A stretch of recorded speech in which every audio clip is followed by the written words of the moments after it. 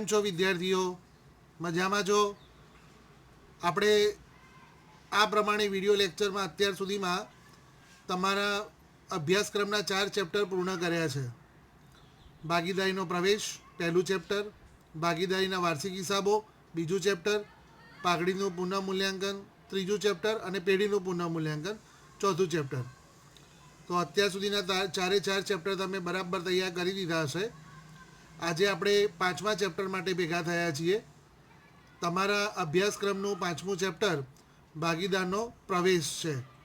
એટલે કે જૂની પેઢીમાં નવા ભાગીદારનો પ્રવેશ કરાવવામાં આવે ત્યારે કઈ કઈ પરિસ્થિતિનું નિર્માણ થાય છે અને કયા કયા પ્રકારની નાણાકીય ગણતરીઓ થાય છે તેનો અભ્યાસ આપણે અહીંયા કરવાનો છે.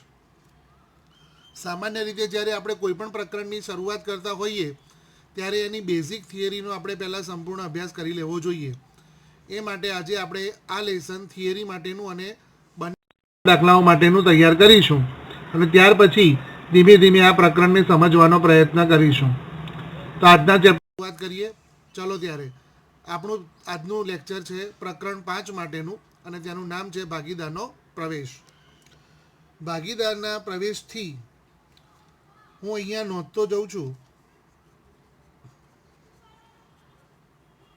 ભાગીદારના પ્રવેશથી જૂની ભાગીદારીનું વિસર્જન થાય છે.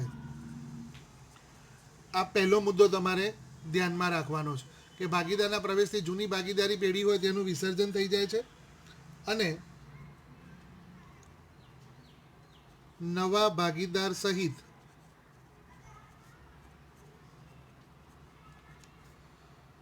બધા ભાગીદારો વચ્ચે નવી ભાગીદારીનું અસ્તિત્વ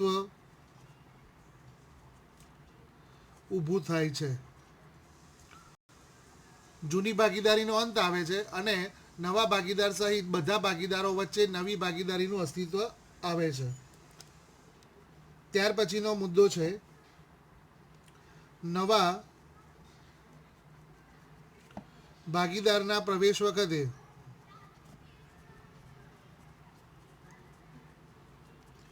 નવા ભાગીદારે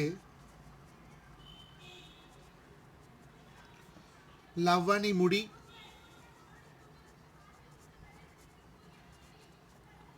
પાઘડી, તેનો નફામાં ભાગ વગેરેની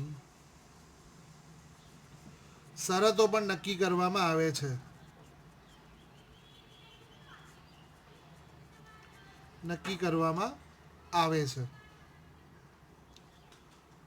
પહેલા જે જૂના ભાગીદારો હોય તેમની વચ્ચે જે પણ પરિસ્થિતિ છે તેનામાં હવે નવા ભાગીદારના આવવાથી નવી પરિસ્થિતિનું નિર્માણ થશે અને નવી પરિસ્થિતિ માટે નવો ભાગીદાર કેટલા રૂપિયા ધંધામાં મૂડી લાવશે, તેની પાઘડી કેટલી રહેશે, તેનો ભવિષ્યમાં નફામાં ભાગ કેટલો રહેશે, એની બધી જ શરતો અગાઉથી આપણે નક્કી કરવી પડે છે. તમારી વ્યાખ્યા માટે કહી શકાય ભાગીદારી ધારો 1932 મુજબ બધા જ ભાગીદારોની સંમતિ વગર નવો ભાગીદાર પેઢીમાં દાખલ થઈ શકતો નથી.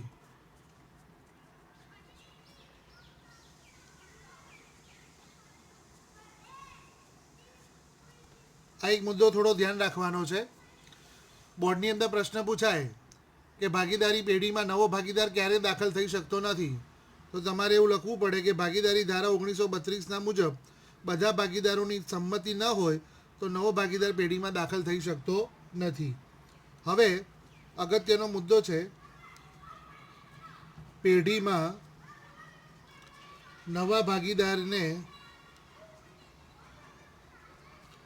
પ્રવેશ આપવાના કારણો. એવા કયા કારણો ઊભા થાય છે કે કે જેના કારણે આપણે પેઢીમાં નવા ભાગીદારને દાખલ કરવો પડે છે. તો આ પ્રવેશના કારણો તમારે ધ્યાનમાં રાખવાના છે. પહેલો મુદ્દો છે જ્યારે ચાલુ ભાગીદારી પેઢીમાં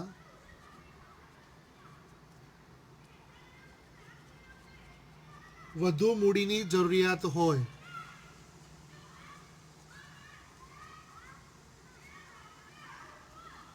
જે પેઢી અસ્તિત્વમાં છે તેમાં વધુ મૂડીની જરૂરિયાત ઊભી થાય ત્યારે પેઢીમાં નવા ભાગીદારને પ્રવેશ આપવો પડે, કારણ કે નવો ભાગીદાર જ્યારે ધંધામાં આવશે ત્યારે તે મૂડી લઈને આવે છે.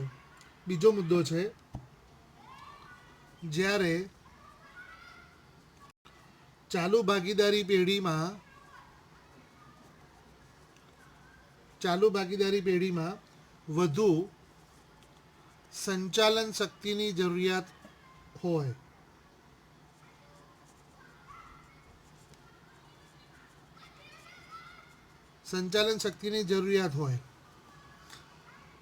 કાર્ય કરનાર સંચાલન શક્તિની જરૂરિયાત ઊભી થાય ત્યારે નવા ભાગીદારને આપણે ભાગીદારી પેઢીમાં નવા ભાગીદાર તરીકે લઈએ છીએ.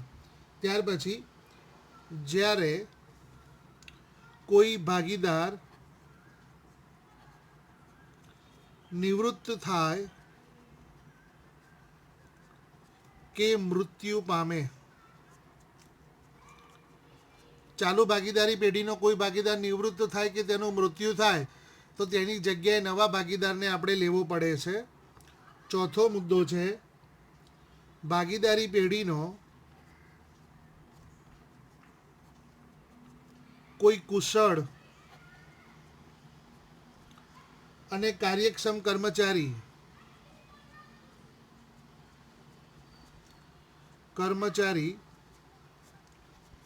પેઢીમાં ચાલુ જ રહે તે હેતુથી તેને ભાગીદાર તરીકે દાખલ કરવામાં આવે.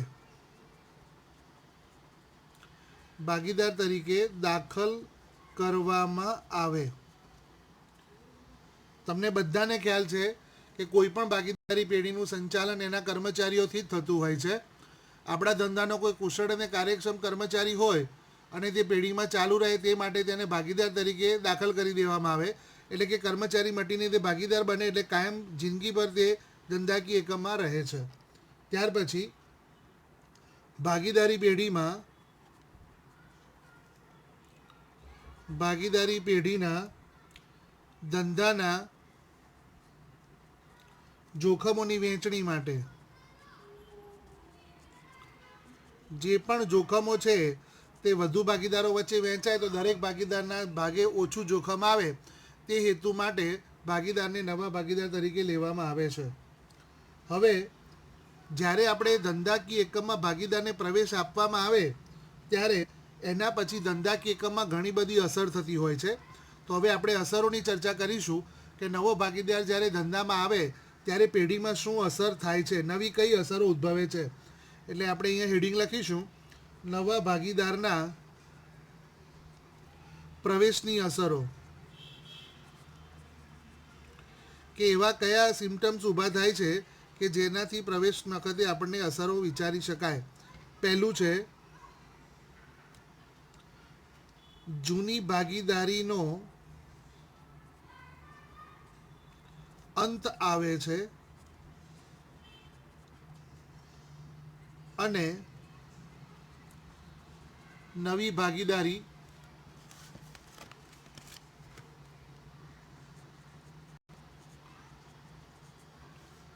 અસ્તિત્વમાં આવે છે.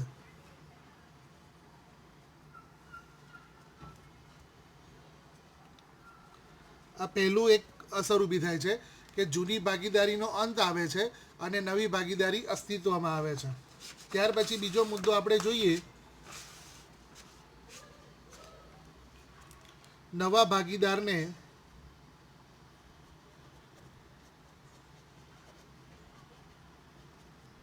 પેઢીના ભવિષ્યના નફામાં ભાગ મળે છે. જેના કારણે જૂના ભાગીદારોના ભાગમાં ઘટાડો થાય છે. જે નવો ભાગીદાર આવે છે તેને પેઢીના ભવિષ્યના નફામાં ભાગ મળે એટલે કે જૂના ભાગીદારોના નફામાં ઘટાડો થાય છે. ત્રીજો મુદ્દો છે નવા ભાગીદારને પેઢીની મિલકતમાં મળતા ભાગના બદલામાં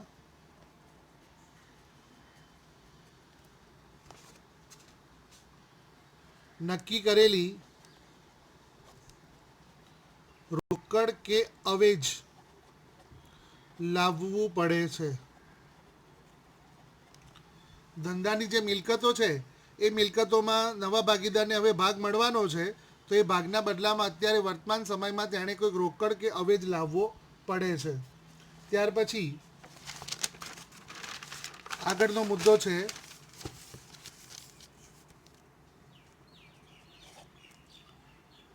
પેઢીમાં એકઠી થયેલ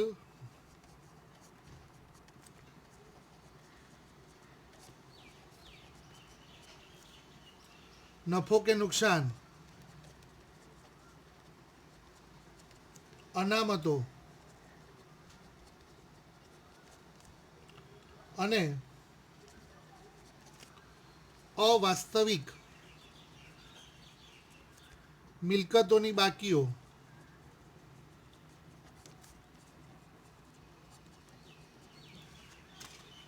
પ્રવેશની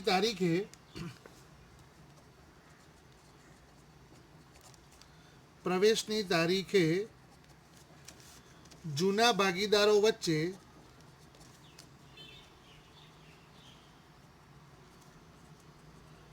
તેમના જૂના નફા નુકસાનના પ્રમાણમાં વહેંચી દેવામાં આવે છે.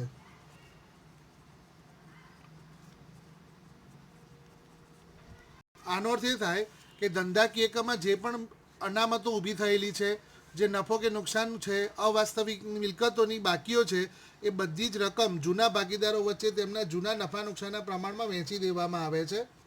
પછીનો મુદ્દો છે પેઢીની વર્તમાન મિલકતોનું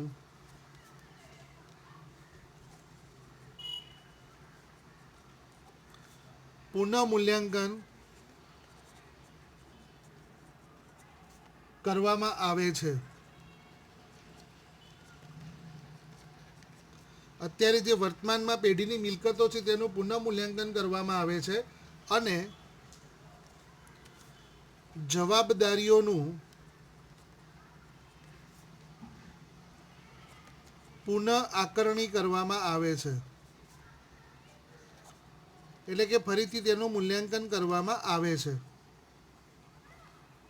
આ બધી અસરો ધંધાકીય એકમમાં નવો ભાગીદાર આવે ત્યારે કરવામાં આવે છે. ત્યાર પછીનો મુદ્દો છે નવો પ્રવેશ પામતો ભાગીદાર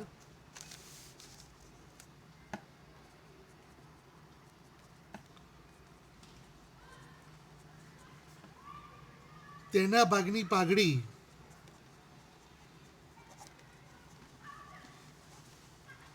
રોકડ કે અન્ય સ્વરૂપે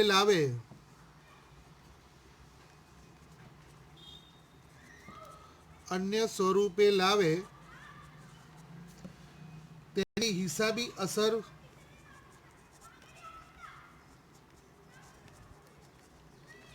આપવામાં આવે છે.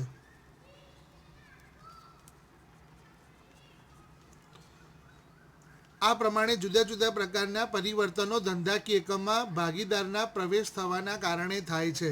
તમારે એક પછી એક મુદ્દાઓને સમજીને નોટમાં સરસ રીતે ઉતારવાના છે. હવે તમારે અગત્યનો મુદ્દો છે કઈ કઈ બાબતોનું પ્રવેશ વખતે ધ્યાન રાખવું. એટલે હું હેડિંગ બનાવું છું, નવા ભાગીદારના પ્રવેશ વખતે ધ્યાનમાં રાખવાની બાબતો.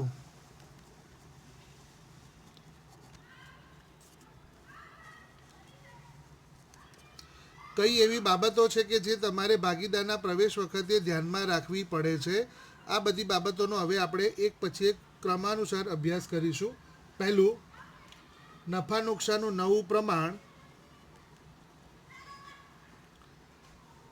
નફા નુકસાનનું નવું પ્રમાણ અને જૂના ભાગીદારોના ત્યાગનું પ્રમાણ.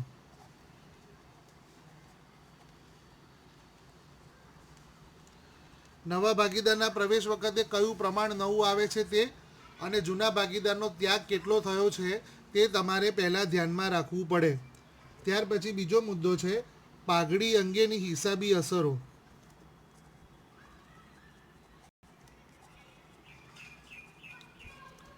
પાઘડી અંગેની હિસાબી અસરો, આ બીજો મુદ્દો તમારે ધ્યાનમાં રાખવાનો છે.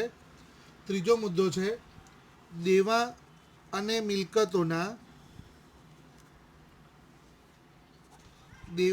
મિલકતોના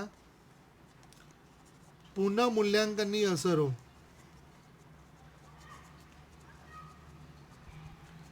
ધંધાકીય એકમમાં જે પણ મિલકત અને દેવા છે તેનું ફરીથી પુનઃમૂલ્યાંકન કરવામાં આવે ત્યારે તેની શું અસરો થાય છે એનો પણ તમારે અભ્યાસ કરવો પડે. ત્યાર પછી અનામત અને એકત્રિત થયેલ નફા નુકસાનની હિસાબી અસરો.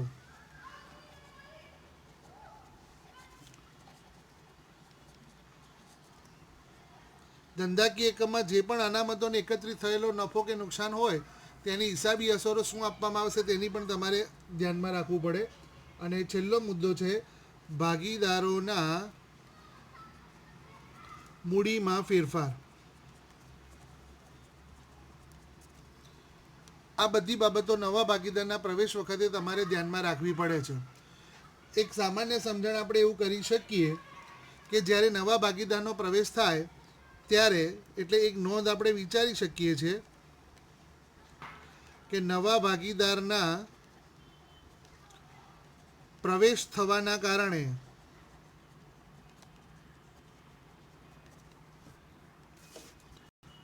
જૂના ભાગીદારોને તેમના અગાઉ મળતા નફામાં ઘટાડો થવાનો છે. આ એક સામાન્ય બાબત છે અને આ ઘટાડાને ત્યાગ કહેવાય છે.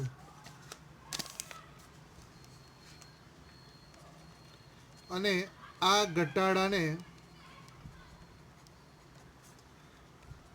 ત્યાગ કહેવાય છે.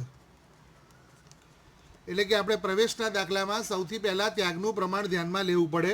હું ફરીથી તમારી સામે એક સૂત્ર મૂકું છું. ત્યાગ બરાબર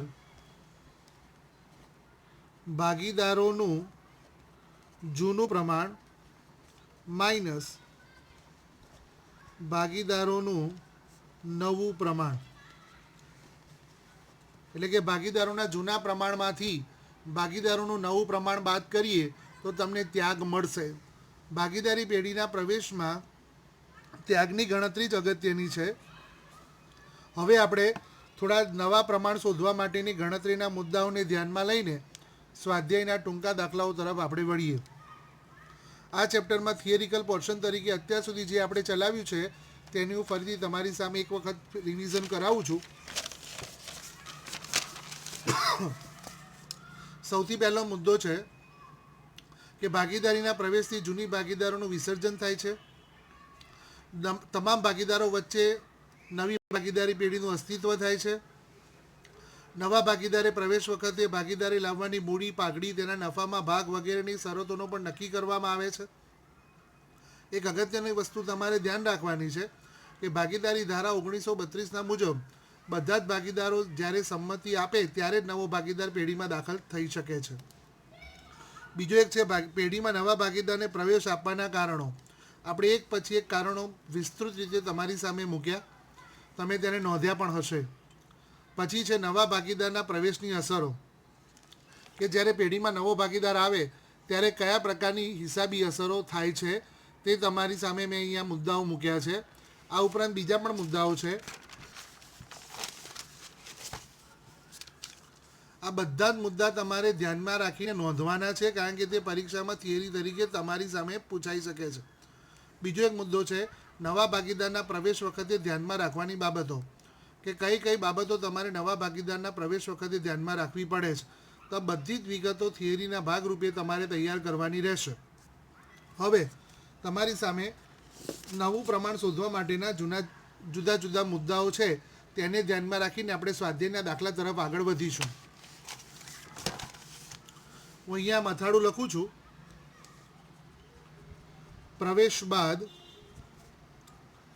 તમામ ભાગીદારો વચ્ચે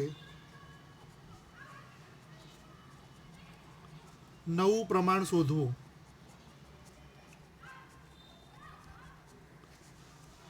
ગણતરી. નવા ભાગીદારનો પ્રવેશ થાય ત્યાર પછી નવું પ્રમાણ શોધવા માટેની ગણતરી છે, તે ગણતરીના સ્વાધ્યાયના દાખલાઓ આપણે ગણવાનો પ્રયત્ન કરીશું. પહેલો મુદ્દો છે જ્યારે, એટલે કે દાખલામાં શું આપ્યું છે, જ્યારે જૂના ભાગીદારના ત્યાગનો ભાગ કે ત્યાગનું પ્રમાણ આપેલ ન હોય. આ પ્રમાણેની સિચ્યુએશન વાળો દાખલો જો તમને પૂછાય કે જ્યારે જૂના ભાગીદારે કેટલો ત્યાગ કર્યો છે, એ ત્યાગનો ભાગ કે ત્યાગનું પ્રમાણ પણ આપેલું ન હોય, તો આપણે દાખલામાં કઈ રીતે નવું પ્રમાણ શોધવું. આ માટે હું અહીંયા મથાળું લખું છું સ્વાધ્યાય 5, અને એના નવું પ્રમાણ શોધવા માટેના દાખલાઓ ગણવા માટેની આપણો પ્રયત્ન કરીએ છીએ. તો સ્વાધ્યાયમાં આપણે જોઈએ તમારા પાઠ્યપુસ્તકના પેજ નંબર 204 ઉપર સ્વાધ્યાય 5ના દાખલાઓ આપેલા છે. તમે બધા ટેક્સ્ટબુક તમારી જોડે રાખજો, કારણ કે દાખલાની રકમ લખીને ગણતરી કરાવો તો થોડું વધારે સમય જાય છે. એટલે તમારી પાસે ટેક્સ્ટબુક હોય વધારે સારું છે. છતાં પણ હું જે વિગતોની જરૂર છે બધી વિગતો અહીંયા લખી છે જ. દાખલા નંબર 3માં લખેલું છે નફા નુકસાનનું નવું પ્રમાણ અને ત્યાગના પ્રમાણની ગણતરી કરો. એમાં દાખલા નંબર 1 છે, એટલે કે મુખ્ય દાખલા નંબર 3 અને એનો પહેલો દાખલો. તમને અહીંયા આપ્યું છે એ અને બી 3:2 પ્રમાણમાં. એટલે આપણે આ રીતે નોંધવાનું, એ અને બી 3:2 પ્રમાણમાં નફો નુકસાન વહેંચતા ભાગીદારો છે. તેઓએ સીને નવો એક ભાગીદાર ધંધામાં લાવે છે સી, ને નફામાં 1/4 ભાગ આપવાની શરતે પ્રવેશ આપે છે. એટલે કે સીને ભવિષ્યના નફામાં 1/4 ભાગ આપવાનો છે, તે શરત સાથે તેઓ પ્રવેશ આપે છે. તમે જોઈ શકો છો કે આ દાખલામાં જૂના ભાગીદારોના ત્યાગનો ભાગ પણ આપ્યો નથી કે ત્યાગનું પ્રમાણ પણ આપ્યું નથી, અને આપણે આ દાખલાની ગણતરી કરવાની છે. તો તમારે આ પ્રમાણે ગણતરી થશે. ખૂબ ધ્યાન આપજો મિત્રો. સૌથી પહેલું તમારે એવું લખવાનું, ધારો કે પેઢીનો ભવિષ્યનો નફો 1 છે, કારણ કે 1/4 ભાગ એ ભવિષ્યના નફામાં આપવાનો છે.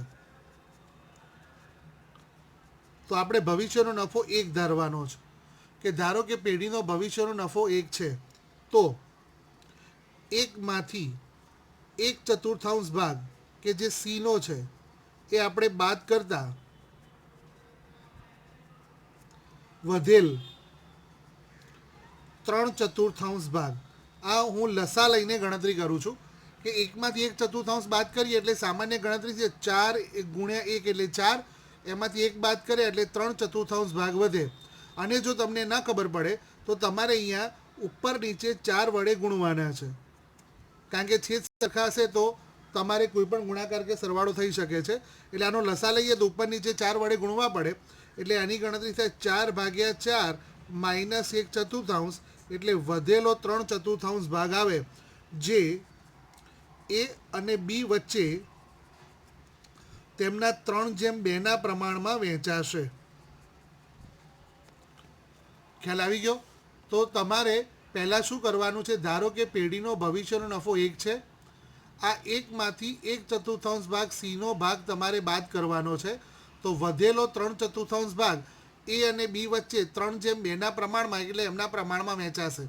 મિત્રો અહીંયા યાદ કરાવી દઉં, 3/2 એટલે તમારે બંનેનો સરવાળો થાય 3 + 2 એટલે 5. એટલે તમારું એનું પ્રમાણ આવે 3/5 અને બીનું પણ પ્રમાણ આવે 2/5.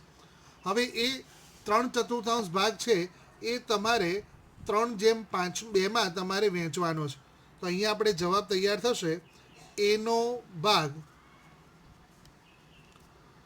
3/4 ગુણ્યા 3/5.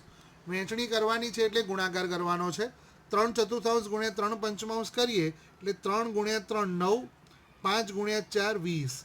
એટલે કે એનો ભાગ આવ્યો 9/20. તે રીતે બીનો ભાગ 3/4 ગુણ્યા 2/5, 3 × 2 6 અને 4 × 5 20. એટલે બીનો ભાગ આવશે 6/20. અને સીના ભાગનો જે આપણને આપ્યું છે, સીનો ભાગ તમને અહીંયા સ્પષ્ટ કહી દીધું છે કે સીને 1/4 ભાગ મળવાનો છે. આના નીચે 20 છે, બીના પણ નીચે 20 છે. તો અહીંયા તમારે 20 લાવવા પડે તો ગુણ્યા 5 કરવા પડે. એટલે ઉપર નીચે 5 વડે ગુણીએ એટલે પ્રમાણ તમારું થશે 5/20. 3 3ના નીચે 20 આવી ગયા. એના કારણે તમે સ્પષ્ટ રીતે કહી શકો કે નવું પ્રમાણ, કે જે તમારો જવાબ છે 9/6/5. તો ભાગીદારી પેઢીનું નવું પ્રમાણ આવ્યું 9/6/5. ખ્યાલ આવી ગયો? એકદમ સરળ ગણતરી છે. હું ફરીથી તમારી સામે રિપીટ કરું છું, કારણ કે આ ગણતરી તમારા જીવનમાં પહેલી વાર આવી છે. એ અને બી 3/2ના પ્રમાણમાં નફો વહેંચે છે. તેઓ સીને 1/4 ભાગ આપવાની શરતે પ્રવેશ આપે છે. ધારો કે પેઢીનો નફો આપણે 1 છે તેવું ધારવાનું છે. 1માંથી 1/4 ભાગ સીનો આપણે બાદ કરીએ તો વધેલો 3/4 ભાગ એ અને બી વચ્ચે 3/2ના પ્રમાણમાં વહેંચાશે. પછી એનો ભાગ આપણે શોધીએ તો 3/4 ગુણ્યા 3/5 એટલે જવાબ આવશે 9/20. બીનો ભાગ છે 3/4 ગુણ્યા 2/5 એટલે કે 6/20. અને સીનો ભાગ 1/4, એને લસા સરખો કરવા માટે ઉપર નીચે 5 વડે ગુણીએ એટલે તમારો જવાબ આવશે 5/20. સમગ્ર પેઢીનો નફા નુકસાનનું નવું પ્રમાણ 9/6/5 થશે. અને આ પહેલો દાખલો તમારો પૂરો થયો તેમ કહેવાય. હવે બીજો દાખલો આપણે વિચારીએ. અહીંયા એવું લખ્યું છે એ અને બી એક પેઢીમાં 4/5 અને 2/10, 4/5 અને 2/10ના પ્રમાણમાં નફો નુકસાન વહેંચે છે. તેઓ નવા ભાગીદાર સીને પ્રવેશ આપે છે અને 20% ભાગ આપે છે. સીને 20%. દાખલાની ગણતરી સરળ છે, પરંતુ રકમ આપવાની રીત થોડી અલગ છે. સૌથી પહેલાં આપણે 4/5 અને 2/10, આ બંને રકમમાં છેદ સરખો નથી. તો પહેલાં આપણે છેદ સરખો કરવો પડે. મોટી રકમ તરફ વળીએ તો અહીંયા 10 છે, તો અહીંયા 10 લાવવા હોય તો ઉપર નીચે આપણે 2 વડે ગુણવા પડે. એટલે એનું પ્રમાણ થાય 8/10. 2 × 4 8, 2 × 5 10. અને બીનું પ્રમાણ છે 2/10. એટલે કે એ અને બી 8/2ના પ્રમાણમાં નફો વહેંચે છે તેમ કહી શકાય. ખ્યાલ આવી ગયો? 20%. 20%નો મતલબ થયો 1/5, 1/5. એટલે 20% એટલે 1/5 ભાગ થયો. હવે તમે જોઈ શકો છો કે અગાઉના દાખલા જેવી ગણતરી થઈ કે સીને ભવિષ્યમાં 1/5 ભાગ આપવાનો છે. એ અને બી અત્યારે 8/2ના પ્રમાણમાં નફો નુકસાન વહેંચે છે. ફરીથી આપણે એવું લખવાનું, ધારો કે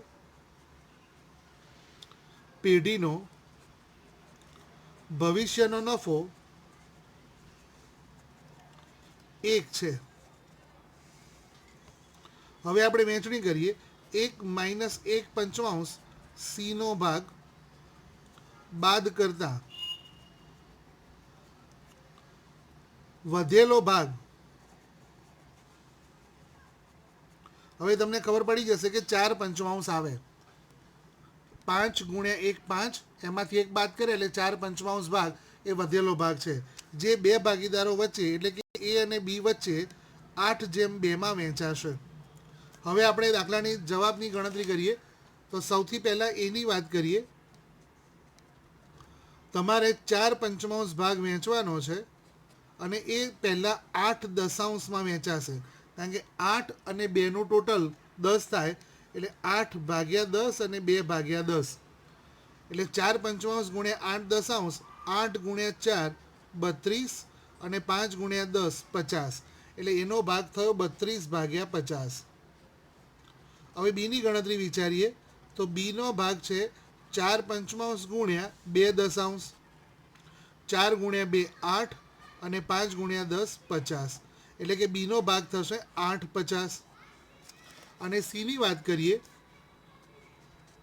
તો સીને 1 પંચમાંશ ભાગ આપવાનો છે, 1 પંચમાંશ છે, આના નીચે 50 છે, બીના નીચે પણ 50 છે, તો સીના નીચે 50 લાવવા હોય તો આપણે 10 વડે ગુણવા પડે, તો ઉપર નીચે 10 વડે ગુણતા જવાબ આવશે 10 ભાગ્યા 50. એટલે કે નફા નુકસાનનું નવું પ્રમાણ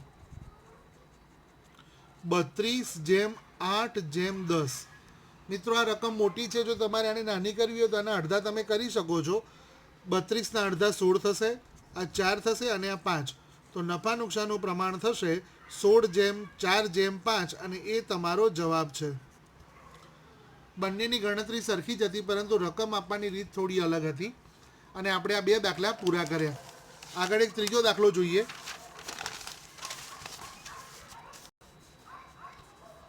તમારા સ્વાધ્યાયનો ત્રીજો દાખલો છે. એ અને બી એક પેઢીના ભાગીદારો છે. તેઓ સીને 1/6 ભાગ આપવાની શરતે પ્રવેશ આપે છે. સીને 1/6 ભાગ એ ભવિષ્યના નફામાં આપવાનો છે.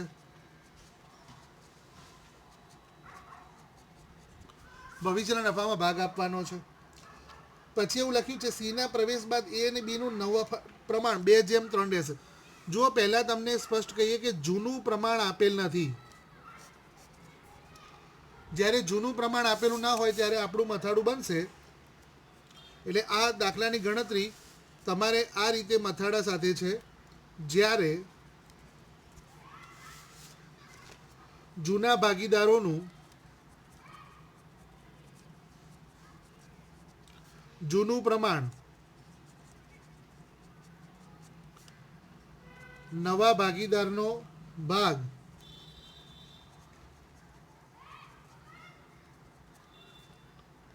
અને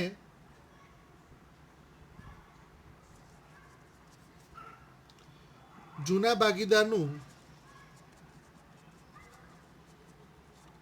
નવું પ્રમાણ આપેલું હોય.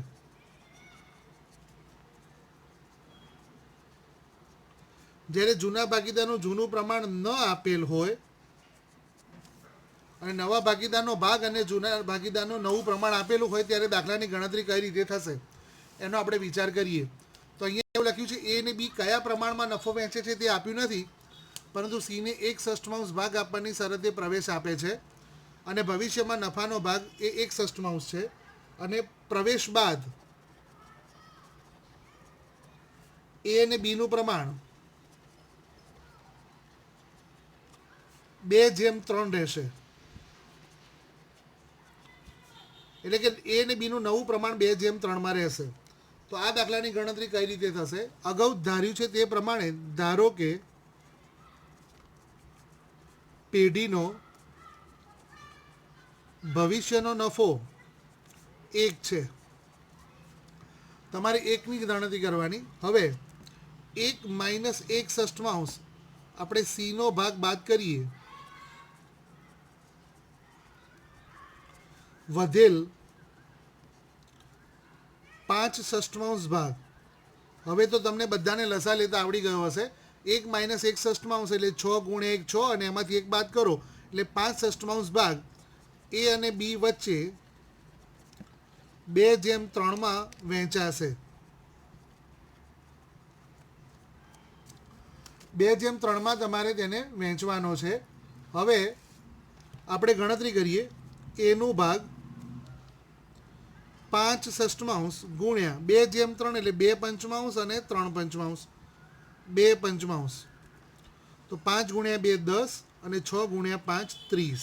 આ એનું નવું પ્રમાણ આવ્યું. ખ્યાલ આવી ગયો? હવે બીની વાત કરીએ તો બીનો ભાગ રહેશે 5/6 ગુણ્યા 3/5, 5 ગુણ્યા 3 15 અને 6 ગુણ્યા 5 30 એટલે 15/30 અને સીનું પ્રમાણ જે 1/6 આપ્યું છે તેને આપણે લસા સરખો કરતાં નીચે 30 આવે છે તો આપણે 30 લાવવા માટે 5 વડે ગુણવા પડે એટલે તમારો જવાબ આવશે 5/30. તો આ પ્રમાણે તમારે દાખલાની ગણતરી કરવાની છે. ભવિષ્યનો નફો 1 ધારવાનો છે. 1માંથી 1/6 ભાગ સીનો તમારે બાદ કરવાનો છે. વધતો જે 5/6 ભાગ છે તે જૂના ભાગીદારો એ અને બી વચ્ચે તમારે ભવિષ્યના નવા પ્રમાણમાં એટલે કે 2:3માં તમારે વહેંચવાના છે. અને આ પ્રમાણે નવું પ્રમાણ તમારે શોધાશે. તો પેઢીનું નવું પ્રમાણ 10:15:5 આવશે. આને આપણે જો નાના કરવા હોય તો 5ને વડે ભાગી શકાય 1:3:2 એટલે કે નવું પ્રમાણ 2:3:1 આવશે. ખ્યાલ આવી ગયો મિત્રો? તો આ પ્રમાણે તમારે જુદા જુદા પ્રકારની પરિસ્થિતિમાં નવા પ્રમાણને શોધવાની ગણતરી કરવાની રહેશે. આજે આપણે આ દાખલાઓ સુધી જ રાખીએ છીએ. આગળના લેક્ચરમાં તમને આગળના દાખલાઓ ગણાવીશ, કારણ કે ભાગીદારી પેઢીમાં નવા ભાગીદારનો પ્રવેશ થાય ત્યારે નવું પ્રમાણ શોધવું ખૂબ જ અગત્યનું બની જાય છે અને આ નવા પ્રમાણે જ પાઘડીની ગણતરી કરવાની રહે છે. તો તમે બધા હવે આ રીતને થોડું ધ્યાનમાં રાખજો. થિયરીના મુદ્દાઓને તમે વાંચતા રહેજો અને આ જે 3 દાખલાઓ મેં તમારી સામે મૂક્યા છે એને ખૂબ જ સારી રીતે તમારે નોટમાં નોંધવાના છે અને સતત તમારે તેનો અભ્યાસ કરતા રહેવાનો છે. આશા છે કે અત્યાર સુધીના તમામ ચેપ્ટર્સમાં તમને ખૂબ જ સારી સમજ પડી હશે અને આ ચેપ્ટર પણ તમને ખૂબ જ સરસ રીતે આવડવાનું છે. આ ચેપ્ટર કુલ 11 માર્કનું ભારણ ધરાવે છે, જેમાં 8 માર્કનો એક મોટો દાખલો સ્પષ્ટ રીતે ઈ સેક્શનમાં પૂછાય છે. એટલે તમારે મોટો દાખલો સરળતાથી આવડે એ માટે ટૂંકા દાખલાઓની આ ગણતરી કરવી ખૂબ જરૂરી છે. ગણતરી કરતા રહેજો, ભણતા રહેજો.